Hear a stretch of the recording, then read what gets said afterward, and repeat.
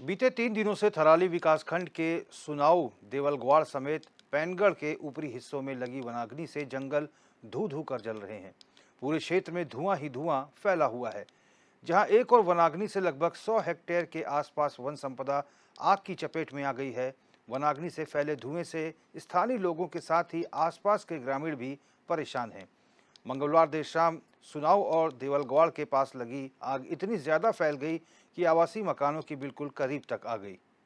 One विभाग के अधिकारी और कर्मचारी भी लगातार आग को नियंत्रित करने की कोशिश में जुटे हुए हैं, लेकिन पहाड़ियों पर रास्ता न होने और आग की लपटें पहाड़ी पर ऊपरी की ओर बढ़ने से वन विभाग के सामने भी कई मुश्किलें खड़ी हो गई हैं।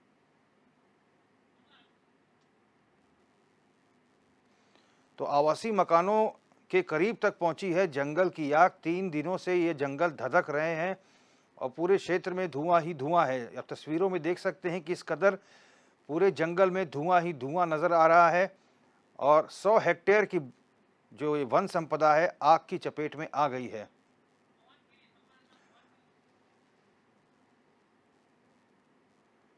और इसी खबर पर हमारे संवाददाता मोहन गिरी फोन लाइन पर जुड़ चुके हैं। मोहन, आप तक आवाज आ रही है? जी बिल्कुल। मोहन, 100 हेक्टेयर तक वन संपदा जो है आग लगी है, उसमें बिल्कुल कड़ी मशक्कत करनी पड़ रही है वन विभाग को भी।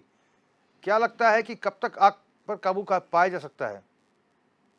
तो बताना चाहूंगा कि बीते आज तीसरा दिन होने को है। बीते 3 दिनों से लगातार थराली के सोना, देवलगवाड़, सुनाऊ और पैनगढ़ के जो जंगल हैं वो लगातार आग के हवाले हैं। वनाग्नि यहाँ पे काफी ज्यादा फैली हुई थी और वन विभाग लगातार कड़ी मशक्कत जरूर कर रहा है आग को बुझाने में, लेकिन शाम होते ही फिर से दोबारा जो शरारती तत्व इनके द्वारा फिर से आग लगाई जा रही है, जिससे काफी ज्यादा जंगलों का नुकसान हुआ है, वन संपदा को काफी ज्यादा नुकसान हुआ है। हालांकि आज की अगर बात करें तो वन विभाग सुबह से ही कड़ी मशक्कत में जुटा था ताकि वनाग्नि से जंगलों को बचाया जा सके और कम से कम नुकसान यहाँ पे हो सके। और काफी हद तक कहा जा सकता है कि वन विभाग आग को बुझाने में सफल भी साबित हुआ है।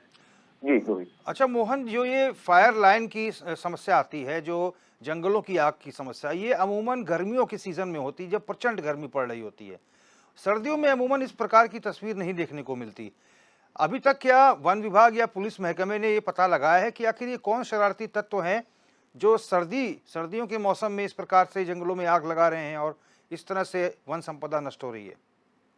जी बिल्कुल, आपको बताना चाहूंगा कि कल शाम की अगर बात करें तो कल शाम को देवलगवाड़ और सुनाऊ के जंगलों में जो आग लगी थी वो फैलते फैलते मकानों के आसपास तक पहुंच गई थी। हालांकि वन विभाग इस जुगत में जरूर लगा है कि किनके द्वारा ये आग लगाई जा रही है, लेकिन अभी तक इसमें पूरी तरह नाकाम वन विभाग साबित होता दिखाई दे रहा है, क्योंकि अभी तक भी किसी भी तरह का कोई अज्ञात के खिलाफ मुकदमे की बात करें या फिर कोई जो ज्ञात हो जिसके द्वारा आग लगाई हो, इस तरीके का कुछ भी सामने निकल के नहीं आया कि किनके द्वारा, किन शरारती तत्वों के द्वारा ये आग लगाई गई है। हालांकि सर्दी का इस समय मौसम है, बारिश लंबे समय से नहीं हुई है, ऐसे में कहा जा सकता है जिस तरीके से आगजनी की घटनाएं या वनाग्नि की जो घटनाएं हो रही हैं, जो भीषण गर्मी पड़ेगी तो उस समय काफी ज्यादा इन घटनाओं में इजाफा हो सकता है। रोहित मोहन, अच्छा एक चीज और जानना चाहेंगे कि क्या इस वनाग्नि से जो जंगली जानवर हैं उनकी भी जिंदगी खतरे में पड़ रही है?